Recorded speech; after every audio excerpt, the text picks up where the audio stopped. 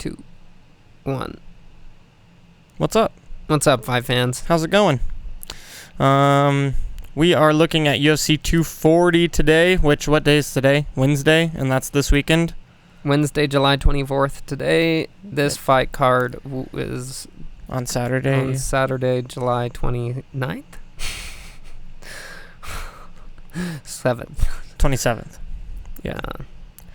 So, got a good card here. I don't know. It's a pay-per-view card. The problem with this card is you have to pay for it, and this is a good fight night card, but it does seem like a better UFC on ESPN or fight night, card. Pretty much the only reason I would buy this is to watch Max Holloway fight, and I think that's why they're using it, but at the same time, I do wish maybe they'd... But, hey, Chris Cyborg is going to be back after losing to Amanda Nunes. That's also a fun fight to see. So, there's two high-level competitors. She's also dodging the Nunes fight, which Nunes wanted the rematch, but she didn't.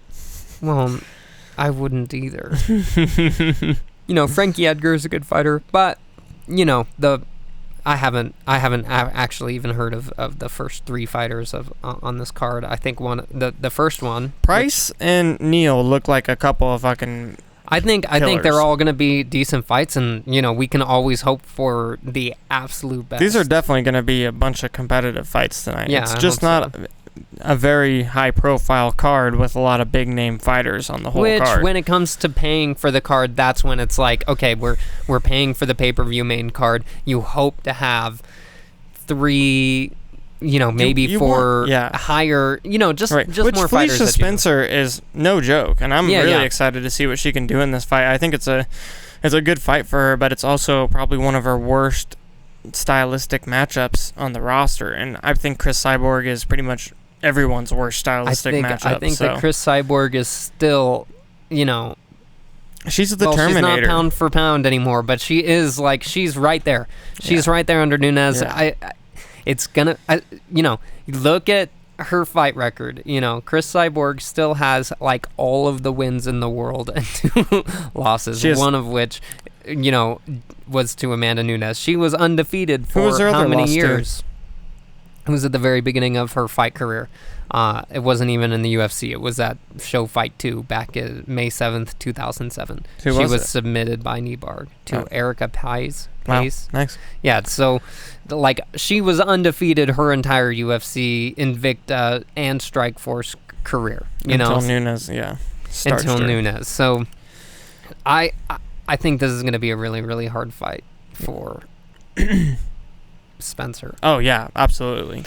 And I fear for wrestlers and grapplers who are going up against competent strikers, because it's just the tables have turned over the last couple of weeks after that Jorge Masvidal knee. It seems that way. These fighters really have to be aware of the fact that you can't just close the distance, change your elevation, and get a takedown anymore. They're going to have to start getting in. You got to expect a counter. Move past clinch, it, expect clinch, expect good knees, expect heavy elbows in that distance range. Otherwise, I think they've always expected. I mean, that's, of course, Yeah, but now it's just these flying knees that all of a sudden is so nasty. Yeah, and it's hard to deal with. Even if the problem with the flying knee is that, a regular knee or a regular elbow are short distance weapons. A flying knee, though, can be longer than a kick with the same power. You can throw a flying knee at a more bag. Power. Maybe more, but it's such a hard surface, so it's you barely have to land it, and it's always strong if it's landing clean. For sure. Yeah, you just want your body weight on it, and then it's the flying knee is a weapon that we haven't seen a lot in the past, and I think up against the strikers, up against the problem is we have seen it. them a lot in the past, but not executed as sharply as we're going to start seeing them now. The strikers are on a different level as far as their precision and calculation, and that's what's coming to the table. The striking has always been there, but now these knees are coming from world-class strikers that can place it perfectly with a beautiful execution against a wrestler when they know the person's going to go for a takedown, Yeah. And it's just if they start practicing it, it's only going to come through harder. It seems that everyone is. So, especially if you're a striker going up against a grappler. It's one of your best weapons at this point. It's going to be until, the tables will turn eventually. And we saw flying knees get totally countered. Without a doubt, it can happen. It can happen. Little game of rock, paper, scissors there. All right, for the first fight of the main card, we have... What's this? I can't even pronounce it. Krzysztof Jotko, it looks like. Krzysztof Jotko.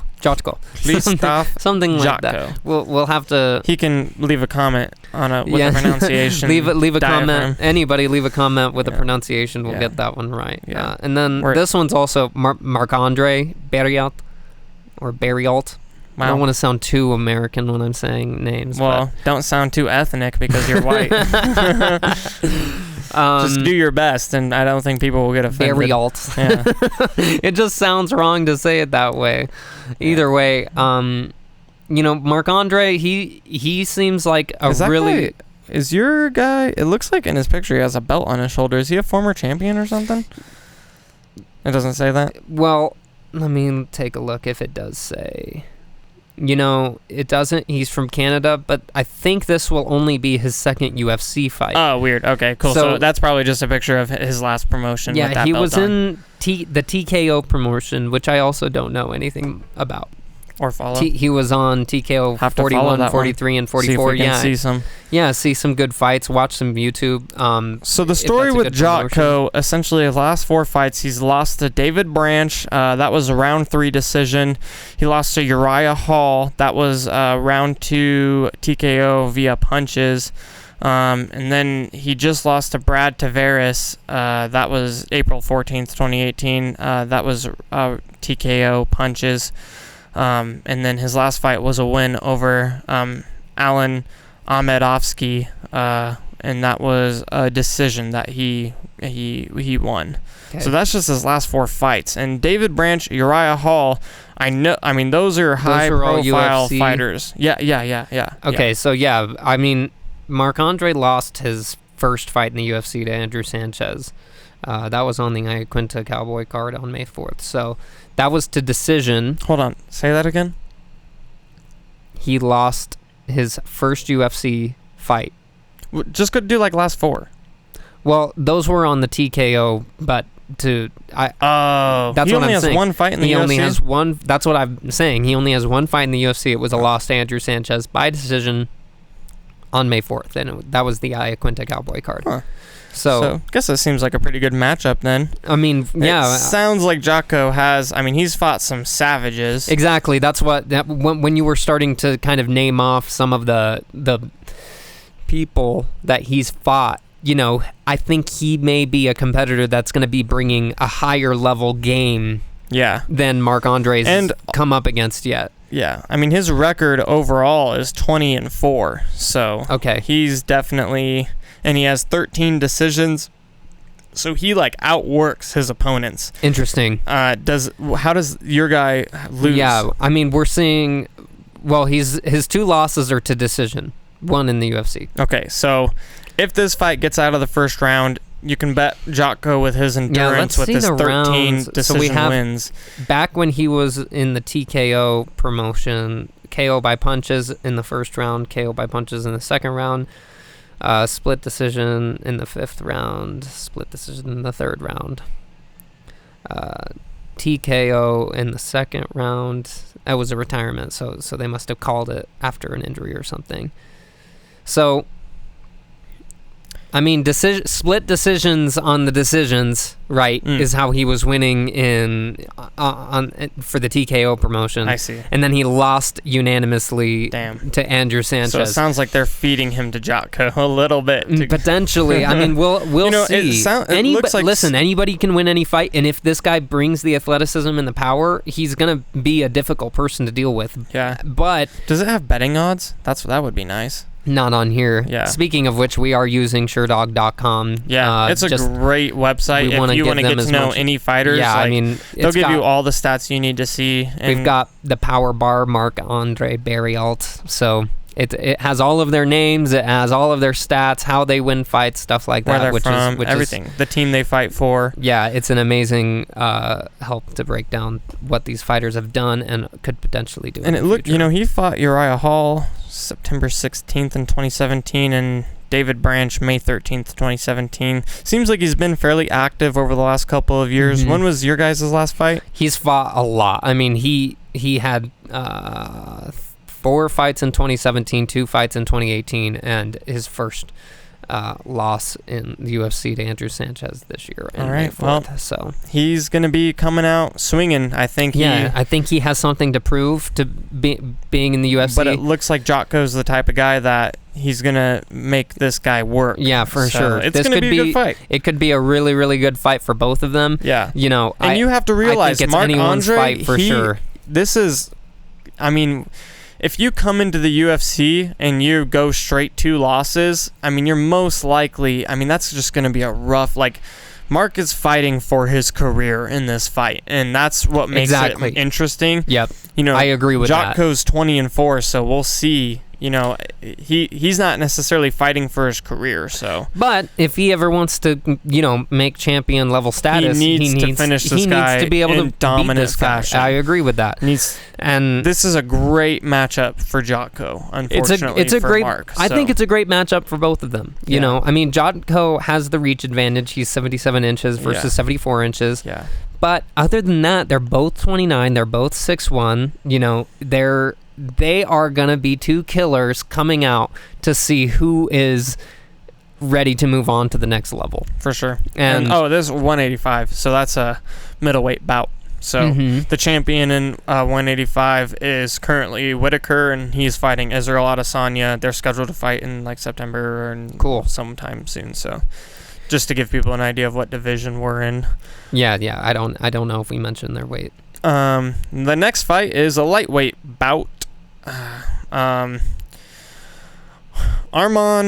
Sarukian versus Olivier Aubin-Mercier. Yeah, or it's Mercier, the Canadian gangster.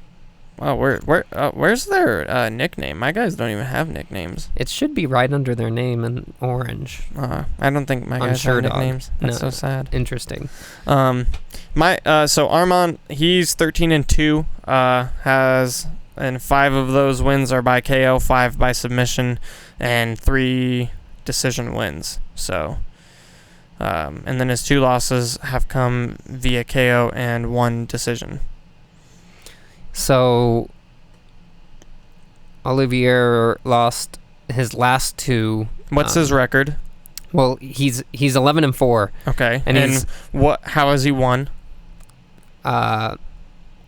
1 TKO, 8 submissions, and 2 decisions. So it looks like he's a submission guy. He must know his jiu-jitsu to some extent. But Saryukhan hasn't lost to any decisions or submissions yet. So okay, interesting. Well, that's good to that's definitely good to be able to see. And how has he lost? All decisions. All 4 decision losses. Are decision losses. So he hasn't gotten knocked out or submitted yet. And that's the least. That's out of all of his wins, his lowest category is decisions. He usually knocks people out or submits them. So this is going to be a really good fight. I agree. This could be a really good fight. This guy doesn't get submitted. Your guy wins via submission. For sure. And he has a KO. So, I don't know how that KO happened. It could have been ground and pound. But, he has power at the very least. His last losses are to 1, Alexander Fernandez, and 2, Gilbert Burns, both to unanimous decisions. But he had 4 wins before that, so 1 loss, 4 wins, and 2 losses. But he's fought in the UFC a lot. Most of his work here has been in the UFC. So, I always think that the UFC is bringing higher level competition. This guy has only fought once in the UFC. Okay. However, he was on a 1, 2, 3, 4, 5, 6, 7, 8, 9, 10, 11, 12 fight win streak before he got to the UFC. And then he lost to Islam Makhachev, which that guy is definitely, I'm pretty sure he's a up-and-coming prospect for the lightweight bout that he's kind of a savage. I kind of want to see just really Can you quick. click on He's him? 17-1. Yeah, and he's on a 5-fight win streak. Doesn't look like there's notable names in there, but he's only lost once. So, yeah. So that guy, he's a prospect. So this guy, you know, obviously, Arman is, you know, he hasn't won in the UFC yet, but the guy he fought, he got a really hard matchup in his first fight. So, once again, if you're in the UFC and you lost your first fight, your second fight, you're fighting for your career at this point. Yeah, you don't want to go 0 for 2 for your first in the UFC. Yeah, I agree. Yeah. Arman is fighting hard. It's just exactly similar to and he looks like Marc-Andrew. a beast. He looks like a beast. But I think you're seeing a really, really good submission artist. How tall is your guy? 5'9". Yeah, mine 5'9" as well for Arman. And say his name again. Olivier Aubin-Mercier. So this is going to be a good fight. I mean, probably a lot on the ground, I'm imagining, you know, but Arman could also be throwing a flying knee. Who knows? You know what I mean? I think this is either of their fights. Dang, this guy was born in the same month and year as me. He's 22. That's crazy. Arman? Yeah. That's crazy. Born in 96. Wow. 11-10. Do you know any of these names? I've got Drew Dober, Anthony Rocco Martin, Evan Dunham. Not off the top of my head. Me neither. But those are, you know... UFC fights? These are all UFC fights. You know, he has a lot of UFC fights. And he's 11-4? Let me see how many UFC fights. 1, 2, 3, 4, 5, 6, 7, 8, 9, 10, 11 UFC fights, 4 of which he's lost. Oh, wow.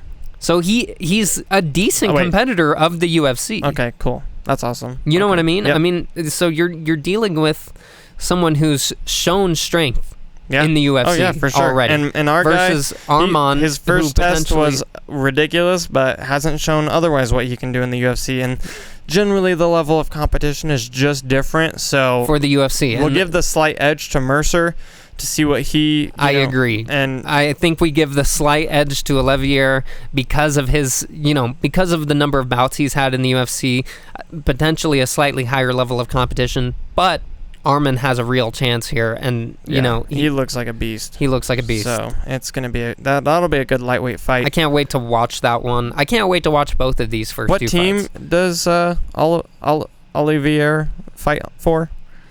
Should say H2O MMA, TriStar Gym. TriStar Gym. That is. But he's from Canada. So.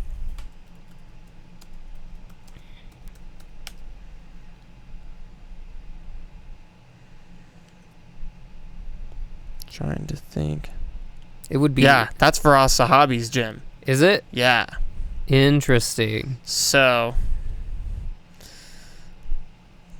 That is not helpful. Well, a TriStar Gym is like an association too, so it might be not the same.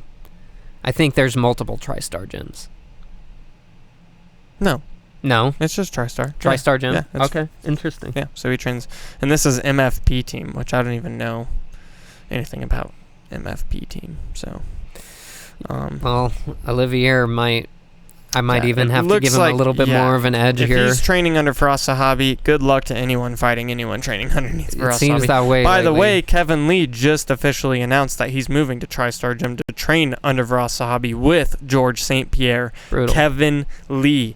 You better watch out for this guy when he has a full camp and is doing things the professional way. He's going to be unstoppable, especially if they make a 165-pound weight division. He will own that division. Just quick shout out to Kevin Lee. I hope nothing but big things for like him and his fight camp and his future. He's a dominant athlete, and if he just gets those corners tightened up, crosses the T's and dots the I's, I think he's a champ, and he's going to be a hard fighter to reckon with. I think he already is a hard fighter to reckon with. His fight against Tony Ferguson was honestly more competitive than even Tony Ferguson versus Cowboy. Yeah. I think, I wonder if Kevin Lee fought Cowboy at 170. I feel like maybe, but I don't know. Kevin Lee fought Dos Anjos. I don't think they ever matched up, but that would be a good matchup, Kevin Lee versus Cowboy. If Kevin Lee, especially at the 165-pound weight division. Once again, Cowboy is a perfect candidate for 165, bro. It almost seems like inevitable as we've started to like say it and talk about the fighters up in these divisions, you know, like 155 and 170. Between that, the 165, there's a whole division of people like that there are consistent fighters here that could all work in the 165 division. I mean, least of which being Diaz, like, who could also potentially be a dominator at that weight, at 165, a complete dominator. Well, he's definitely going to have the best cardio at 165. Dude, I think he has the best grappling out of anybody. Dude, his black level... Have you ever watched some of his early fights with his real jiu-jitsu work? Yeah, but that's also fighting cans that don't really know jiu-jitsu. So it's, fighting less capable strikers as well, for sure.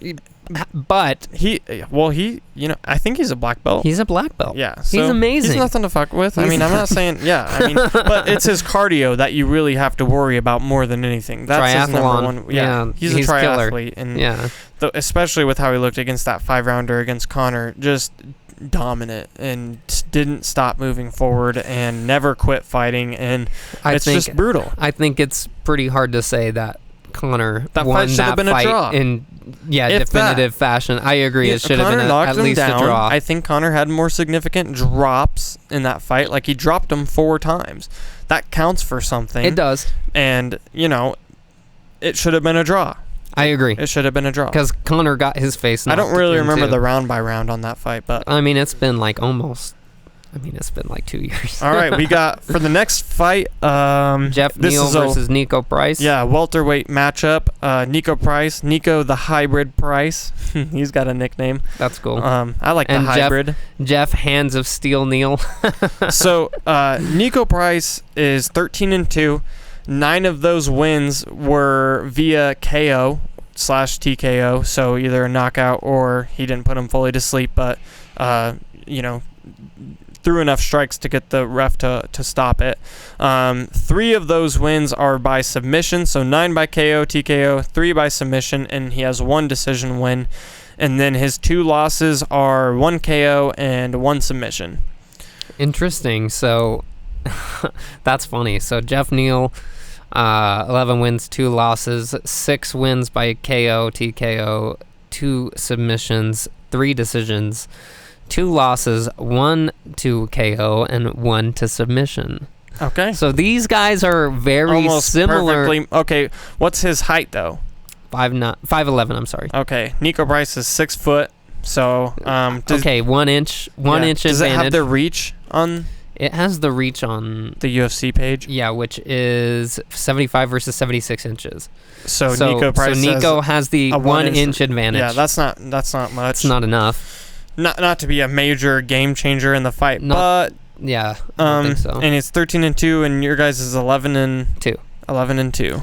His last 5 bouts are wins. How old is Jeff Neal? 28. Oh, okay. Nico Price is 29. So interesting. Hey, it is a great. This is just a they're great matchup. Very evenly matched. Yeah. Yes, and.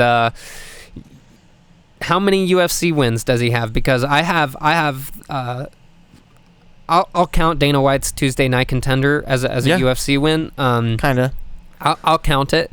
So that's 4 in a row UFC wins. I mean, this guy's a beast. KO by head kick against Frank Camacho on September 8th, 2018, and a submission to Brian Kamazi in February 18th, 2018 by rear naked choke. And then unanimous decision was his last win. So, I mean, Jeff Neal is a real worker, and he's got, a head kick KO. Those are not easy to pull off. I don't care who you're fighting, You have to be real accurate and effective with your striking. Nico Price has made 1, 2, 3, 4, 5, 6, 7, 8 UFC fights. Yeah, fights. And out of those, his first one was a no contest, overturned. So I don't know what happened there. That was in 2017. So he's been very active. In 2018. And then his next one was a win. Then he has a loss. So I guess he's 1, 2, 3, 4. He's won 4 fights and had 2 losses and 1 no contest with his time within the UFC. And he's coming off of 1 win, and his last loss was to Abdul Razak Al Hassan. So, and that was by KO. So, you know, he definitely needs to win a fight right now. That's for sure. Mm-hmm. He's got name like Brandon Thatch. I know I've heard that name, and I know I've seen him fight. So he, you know, it's gonna be. This is. Have you heard the name Kevin Holland by chance? Because that one sounds familiar to me too.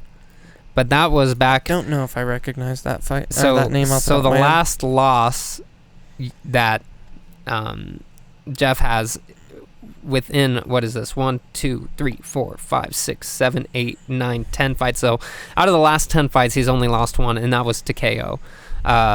So, you know, I think either of them has a. They both have KO potential. Yeah, KO potential. Hard hitting, hard working guys. Yeah. This is just easily see the end of the fight pretty easily, or could be ended any time in between. Both these guys, you can just see by looking at them and by their stats that they are going to be the future of the weight division. This is a huge fight. The trajectory of the winner of this fight, it's, you know, they're going straight up from here. You know, they're both savages. So for sure. I see, now that we're getting into this fight card, I'm seeing why we're seeing some of these fights under the Holloway fight. Yeah. You're seeing a lot of activity. I mean, this fight, all of these fights could potentially be long, heavy, strike-heavy fights, you know, which is great for a Max Holloway card, you know, because you have, you know, it's just going to be an enjoyable fight. You get to the next fight, which is Felicia Spencer versus Chris Cyborg, which has the potential to drop bombs, but also has the potential. You know, Spencer is definitely a very dominant grappler. She's 7-0, has 4 submission wins, 1 KO, 2 decisions. So she in 0 losses. So, you know, but at the same time, anytime you see someone match up against Chris Cyborg, you just don't understand how they're gonna win the fight. So, dude, you're talking about a woman who has KO'd 17 people. Yeah. Like, yeah. She is the woman other than Amanda Nunes, right, who is like not to be screwed with. So this is a huge opportunity for Spencer. Dude, if Spencer can make this happen, then she is the Phenom, and that's her nickname. If there is a time for somebody to take advantage of maybe a low spot in Chris's career, this is it. Chris could be vulnerable coming off of that loss. Yeah, she could. She might get emotional in that fight. There's a few options. She could either get emotional. She could just feel not as confident. Not be able to pull the trigger.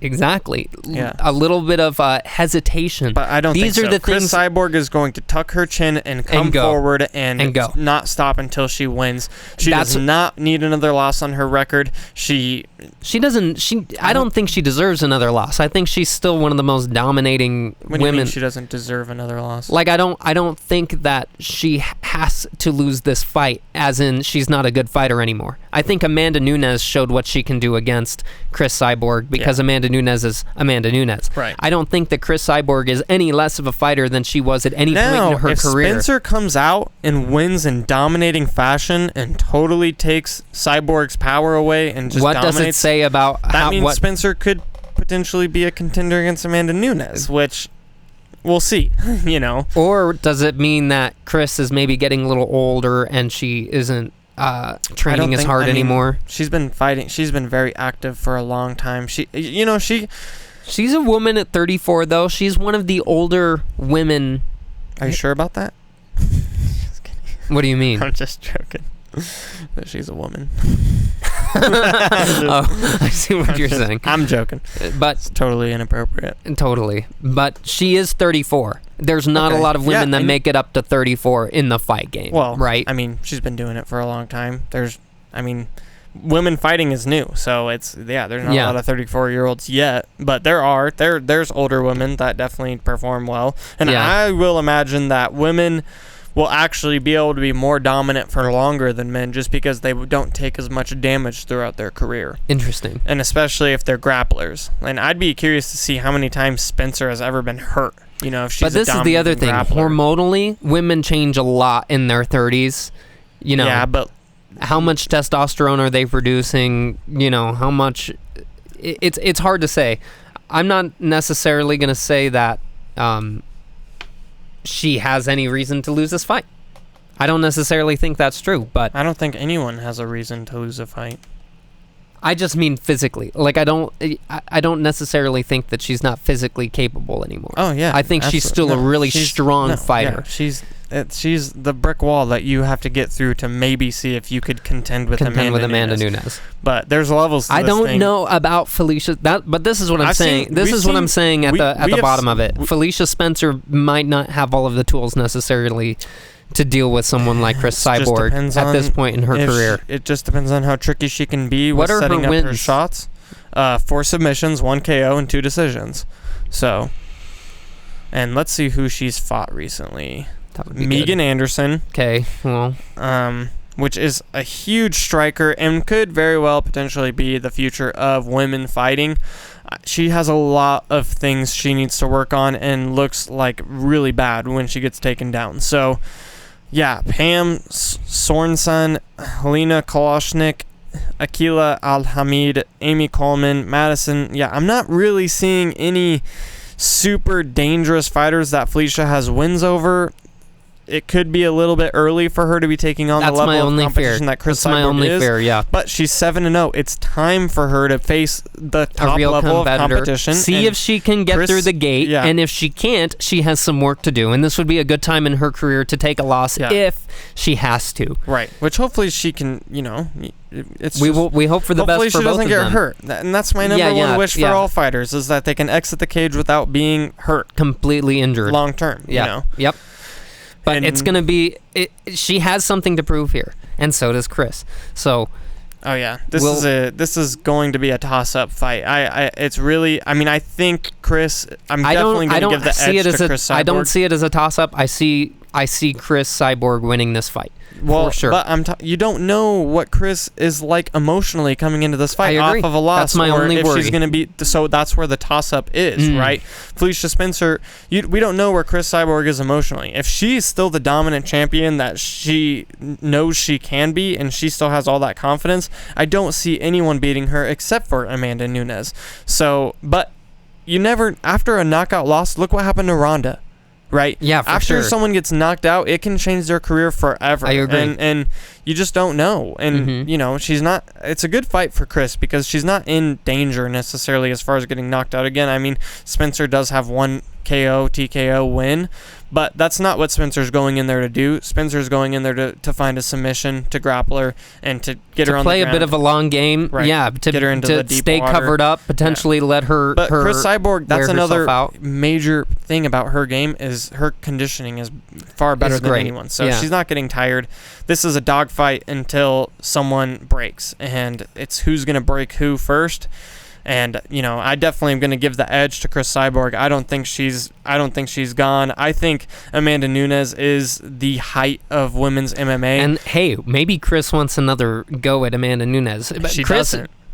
Well, that's right. But maybe at some point, maybe she needs to build her... If she gets a dominating knockout over Felicia Spencer, maybe she gets the confidence to want to go challenge for that belt again. Potentially, and maybe what she's been doing is thinking, okay, wow, I underestimated what Amanda Nunes could do. And she absolutely did underestimate. I think Amanda so. Nunes, yeah. And so maybe she's been training harder than she ever has, so that she can She doesn't necessarily want the rematch. So maybe off a win, she'll have the confidence, but...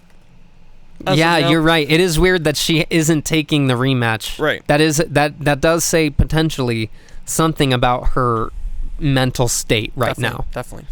All right. And then the main event. Yeah, the main event.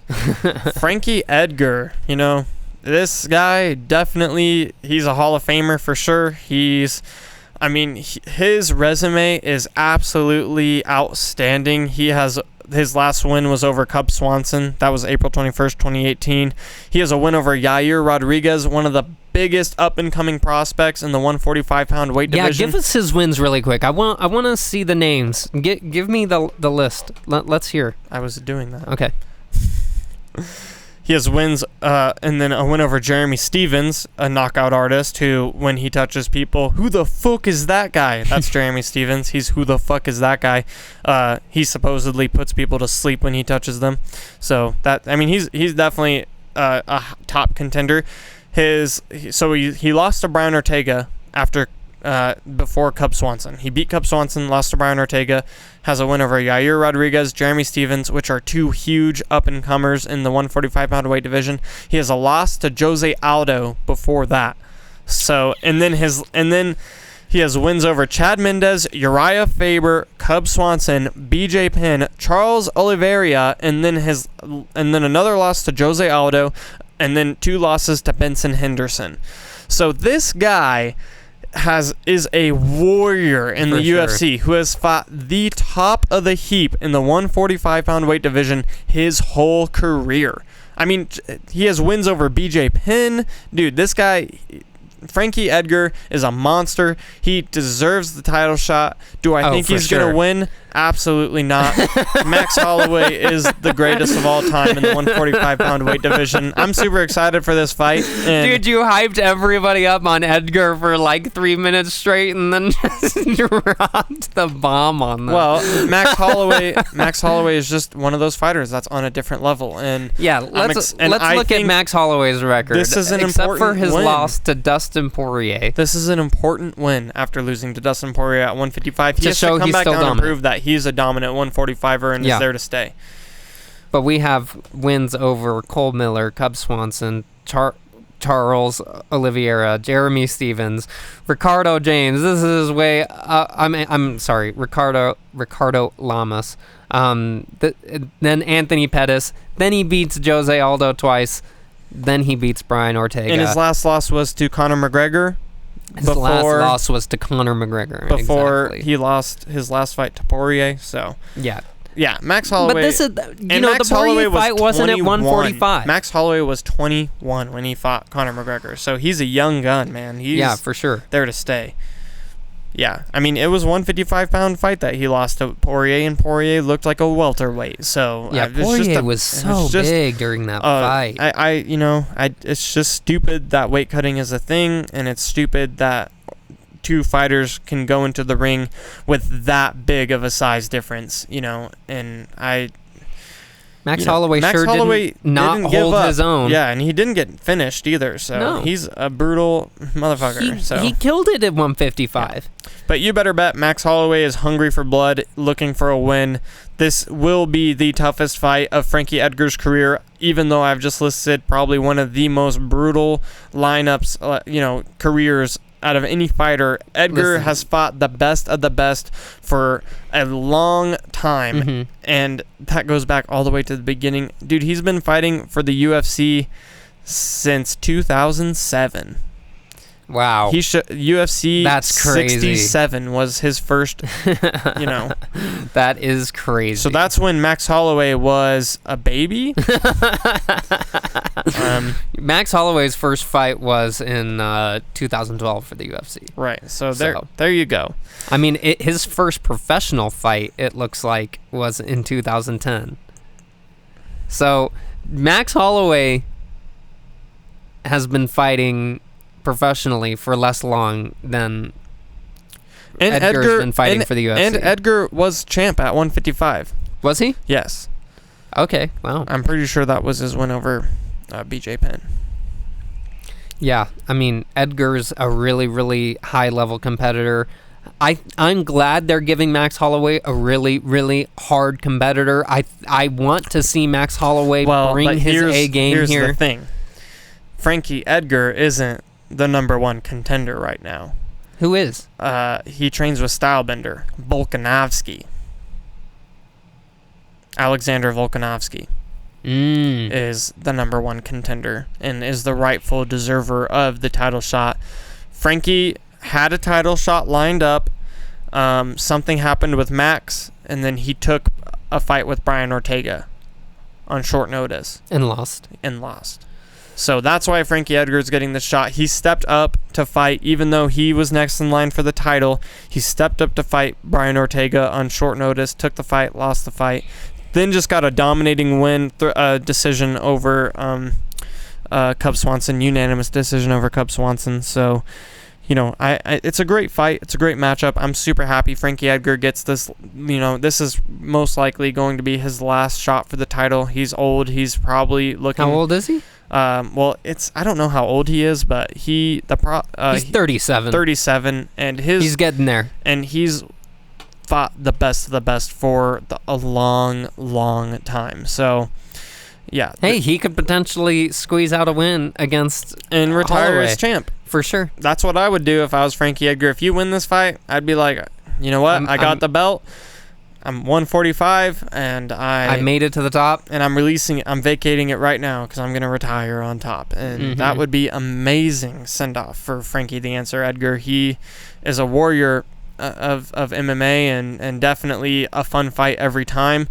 These two dogs don't stop moving forward. You're going to see 5 rounds of nonstop fighting if it goes the distance. For sure. There's not going to be any amount of They volume. are going to be throwing bombs until the end. Well, and yeah. Intelligent, well-placed, strategical bombs. Kind of. Max Holloway and Frankie Edgar are just output fighters. They're not looking for a knockout. They're looking to dominate the fight with their volume, and that's why when you have two fighters that want to do that, and Frankie, he has 4 submissions wins. He's definitely got that. He's built like a wrestler. He's definitely a smaller guy. I think Ortega in Holloway's last fight in 145 made it look like Max was just a volume fighter because he could take a punch. But listen, Holloway has 10 KOs. He hits hard for a 145. TKO. Yeah, right. So he doesn't necessarily put anyone to sleep. He just finishes the fight. It would be nice if they broke down KOs versus TKOs, because I guess I don't know how many fights were just called versus actually put away. Yeah. I know that Holloway does have decent power, though. Right, but he's just never looking for a power shot. He just likes to touch fighters up. And that's part of his intelligence, his fighter IQ, is that he's not putting himself out of position, just throwing. So for sure. Well, guys, that is UFC 240 breakdown. It's such a long and hard road to understand and the full dynamics of all these fight matchups and what the ramifications will be, via whatever happens moving forward, what the future matchups are going to be. There's just so much. It's not like in football where you can just root for your team. To be an MMA fan, you really have to start understanding where these fighters are coming from and where they're projected to go and what they have to do to get there. And their team, every variable is a factor in every fight. So it seems that way. When you start really breaking down, especially us going over fighters that, these are not fan favorite fighters. These are not fighters with a lot of information about them, or even potentially a lot of fights sometimes, definitely down here at the bottom of the card. It's like going into these fighters and seeing them, it's going to be awesome for all of us to learn about it. As we start actually picking apart, like, okay, what are the reasons and the variables that cause wins and winning fighters versus what are potentially some of the variables that we noticed maybe before the fight even happened that did result in a loss. Yeah. And, it's only going to be better for the fight community to understand some of these things. This is the thing. You can't look at a fighter who loses as...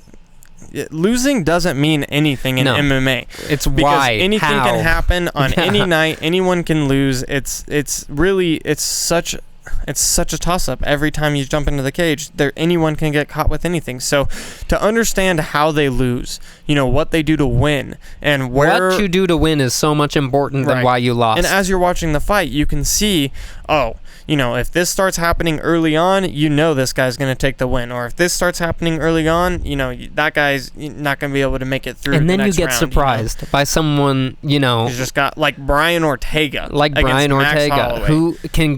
who looked like he had the potential to win before he was called. I gave Brian Ortega a very good chance of winning that fight. He looked really good. He just looked like a dominant black belt jiu-jitsu killer shark, and I don't even know if he is a black belt, but his jiu-jitsu is his game. He's Brian T. City Ortega for a reason. He will triangle the fuck out of you and choke you out. So, I thought he had a great chance of winning that fight, and look how it went. It just, Max Holloway pieced him up for 5 rounds. But I watched that fight again, and Brian Ortega is a savage and someone to be reckoned with. And he was a savage on his feet, too. It's not like Max got away. He never stopped, and he did deliver some hard shots. It's not like Max Holloway got away without getting touched or something. Max Holloway's a tough dude, and that's why, I don't give Frankie Edgar a high chance of winning. If the fight goes to the ground, I'd imagine Max Holloway is going to be stronger, faster, probably even a better jiu-jitsu in general. And as long as the fight stays on the feet, I just don't think Frankie Edgar has what it takes to hurt Max Holloway because he's just so tough.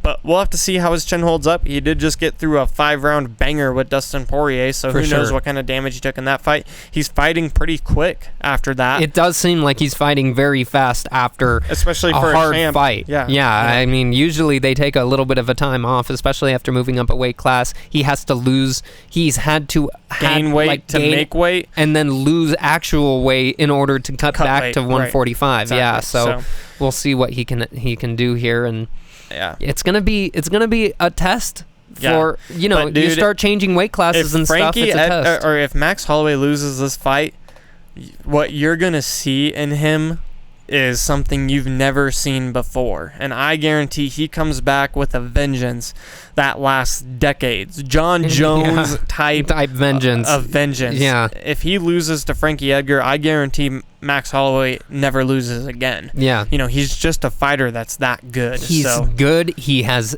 all of the skills and technique that you could ask for in a fighter. Yeah. All of the natural talent that you could ask for in a fighter. He's fun, he's humble, he's respectful. He's just a great all-around guy. He's a dad. His kid is awesome every time. After fight, win, lose, doesn't matter. It's a good time. I love Max Holloway. He's definitely one of my top 5 favorite fighters. For sure. He's just an amazing guy, and I think both of us have a little bit of that love for Max Holloway, so we want to see him win. But at the end of the day, I think when we step back from that, there is what we both see as a higher chance of Max Holloway winning this fight. I think that Edgar has a great chance. I think it's going to be a really hard battle for Holloway. I don't think he's going to get away from this one easily. I hope that he's coming with his full A game, ready to go full 5 rounds. I bet we see Max Holloway looking to finish Frankie Edgar. So if we see some bombs being thrown by Max Holloway, that would be a very interesting thing. It would be something we haven't seen before. So just firecracker round. I guess we can just go through from the bottom. We've gone over all the fighters, past fights, current ranking, or not rankings, but their record and pretty much all the statistics. Just really quick, then I'm probably gonna go with Jotko for the first card, Olivier Mercer for the second fight. Really? Yeah. Oh, definitely Mercer. Yeah. Okay. Nico Price versus Jeff Neal for the welterweight fight. I think I'm leaning more towards Nico Price, but that's a toss-up. Who knows who's going to win that fight? Sure. Felicia Spencer versus Chris Cyborg. Definitely going to go with Chris Cyborg. I think she's dominant, hasn't lost it yet, and you have to be on a level to beat a person like Chris Cyborg. I agree. And Amanda Nunes is levels above that. So it's, the levels of competition in women's MMA, it just doesn't really make sense to the mind. These girls don't match up well together. Chris Cyborg is a monster, and Felicia Spencer is entering the cage for the toughest fight that she's ever faced in her career. Absolutely.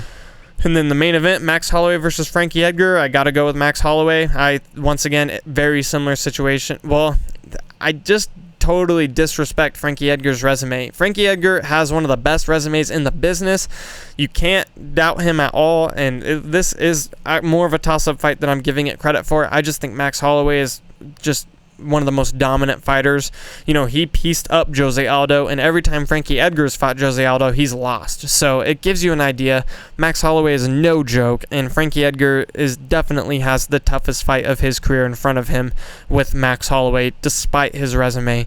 Max Holloway is one of the pound-for-pound GOATs, and I believe as he works towards the rest of his career, he will be talked about as one of the pound-for-pound GOATs. He's definitely the GOAT of 145. I mean, I think no one really disagrees with that. That loss to Poirier just, unfortunately, it ate a little bit. Which sucks. It's always annoying that losses can do that. People don't realize how much of a difference there is from 145 to 155. It's not like he got knocked out, It's Right. like he had a conversation at the end of the fight, He was fully. It is what it is. Yeah, he was right there with. I mean, I think that fight could have potentially been a draw. Yeah, well, it could have been a draw. I think it could have been a draw. Like it doesn't. Well, Max Holloway definitely had a higher output and more significant strikes landed. We just looked. He had more strikes landed. Yeah. It was just the significance of those strikes were maybe a little less. But you're talking about a lighter fighter. And something that, as a fan of MMA and as you watch the fights this weekend, a really important dynamic to watch with the fighters is who is moving who. So it's kind of hard to see everything that's going on in a fight, but what's really easy to see is who's the one that's leading the dance, so to speak, and moving the other fighter and not being moved when the other fighter is trying to move them. Striking. So it's always about who stands their ground and who moves forward and who is deciding where the fight takes place. And that helps you get an idea for the power of each fighter sometimes. And this happens all the time. A heavy hit that happens when we're sparring, you're looking at that and I'll think it's really, really heavy, and it doesn't look heavy. And then the one you'll be like, oh, it wasn't that heavy. I didn't even notice it that much. Now, there are those really, really big hits that everybody feels and can tell are big.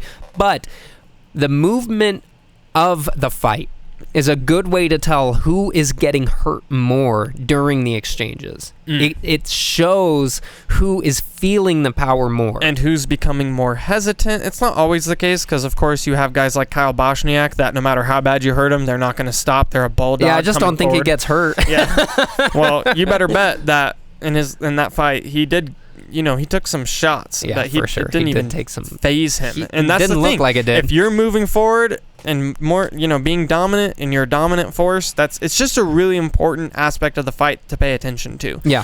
If someone has their back against the cage, they're being moved right now. They're not deciding to have their backs against the cage. No one wants their back against the cage. Yeah, so it never feels good. Look for places of dominance and, vulnerability, and who's being dominant and who's vulnerable, and then it's a really easy way to just kind of understand the dynamic of the fighters, and you'll see it in fighters' eyes. They start to lose when they're getting dominated. Rather than way. trying to count strikes or see how many strikes are landing, that's all good and it can be helpful, but more importantly, what strikes have been significant and how can you see that translate on the fighter's body language? Yes, exactly, 100%. Very well said. Mm-hmm. All right, we got some fights. I didn't give you guys mine, but I'll just quickly go. I think I'm gonna go for Marc-Andreu, Olivier, Jeff. Wow. Yeah, I know.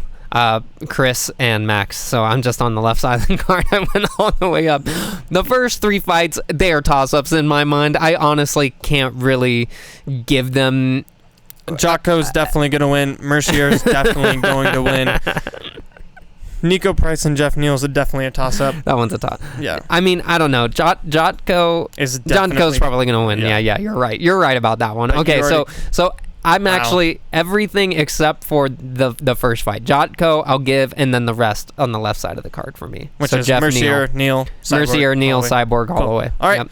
Thank you, everybody, for tuning in. Please, we're going to try to do more videos. Comment if you would like let to us hear know if different statistics definitely. Or if, we think we skipped over stuff or didn't really explain certain things very well. Any feedback is good feedback, and, we'll see you next time. If we totally mess something up, let us know. We'll sure. do our best.